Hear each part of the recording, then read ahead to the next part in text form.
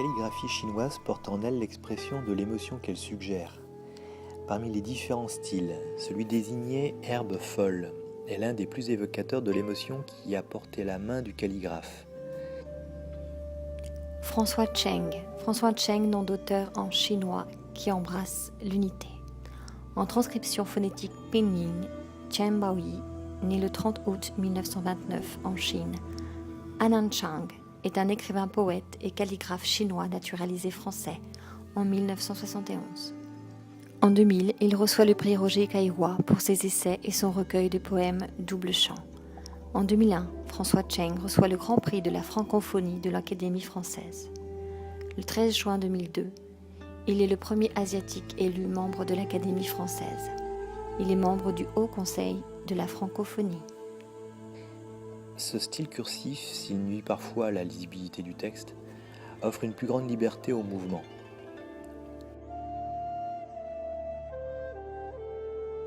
Les traces laissées par le pinceau ont cette force d'expression dans les dessins de Fan Zeng. C'est peut-être ce qu'il a naturellement présenté dans ce dessin de Wei Zhu, moine bouddhiste, calligraphe, réputé pour son style. Fan Zeng, né en 1938 à Nantong, province de Jiangsu. Peintre, poète, écrivain, calligraphe, Fan Zeng est l'héritier d'une longue et ancienne lignée de lettrés chinois. Il incarne même un style, une pratique née sous les Song, la peinture des lettrés.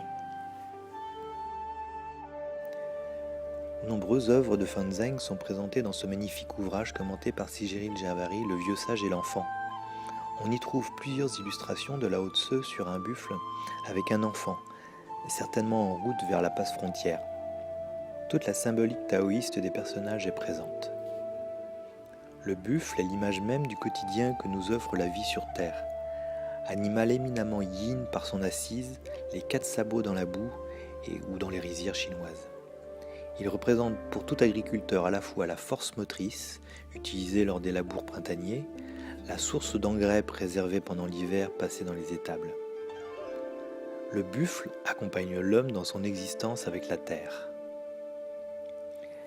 Dans les faits, les enfants menaient effectivement le buffle jusqu'au lieu de labour, mais on peut aussi y voir la symbolique des qualités qu'il faut y avoir pour mener sa vie: simplicité, innocence, légèreté, souplesse.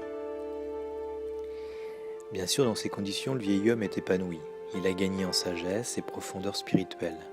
Si son assise est bien ancrée sur terre, comme le représente la force du pinceau, sa tête est légère. La barbe et les longs cheveux communiquent harmonieusement avec l'énergie céleste. C'est peut-être tout ce cheminement qui est signifié dans le nom Lao Tse. Lao, que l'on pourrait traduire par vieux, honorable, représente, nous dit Cyril Djavary, un homme appuyé sur une canne avec de longs cheveux flottant au vent. L'idéogramme Tse représente le fils, c'est-à-dire à la fois l'enfant, mais aussi celui que l'on reconnaît pour son talent, le maître. Pour trouver cette harmonie, nos 2 personnages s'inspirent parfois des leçons que peuvent nous offrir les animaux.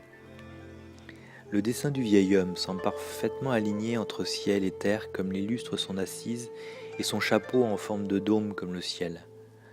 On peut suivre son regard et rencontrer celui de l'enfant qui, tous deux, sont dirigés vers un rat sur un bol sur lequel est marqué le mot « bonheur ». Le rat, symbole de prospérité, se nourrit généralement des céréales du grenier. Là encore, la dynamique générale du tableau, le placement des personnages, les lignes des étoffes dessinent un message: nourrir la vie. Ainsi, plusieurs tableaux de Fan Zeng illustrent souvent les enseignements que nous délivre la tortue, le singe, la grue. C'est avec cette sagesse, mais aussi la fraîcheur de l'enfance que le mouvement mène à l'expression de soi. Cette œuvre mesure 2 mètres de haut et a été réalisée en un quart d'heure. Elle porte pourtant en elle l'expression d'une idée qui a dû germer plusieurs jours et des sentiments révélés au fil des années. Fan Zeng la garde d'ailleurs auprès de lui.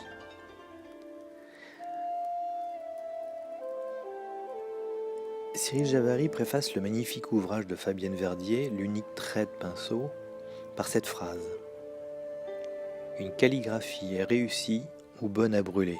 On ne peut la reprendre. L'encre de Chine est trop noire et le papier de riz trop buvard pour autoriser ce que les aquarellistes appellent élégamment un repentir. Dès qu'elle atteint le papier, la moindre goutte y laisse instantanément une marque définitive. La quête du geste juste nécessite un long travail. Beaucoup de gestes peuvent être bons à brûler avant que le souffle anime le geste juste. Un artiste nantais m'inspire particulièrement par la juxtaposition de la notion de calligraphie et de mouvement. Julien Breton, artiste calligraphe, influencé par le graphe, puis l'écriture arabe, les calligraphies japonaises et chinoises, ses œuvres sont aujourd'hui d'encre et de lumière. Les techniques qu'il a élaborées montrent à quel point le mouvement prend sens au-delà du gestuel et combien l'œuvre peut s'inscrire dans l'espace d'un instant.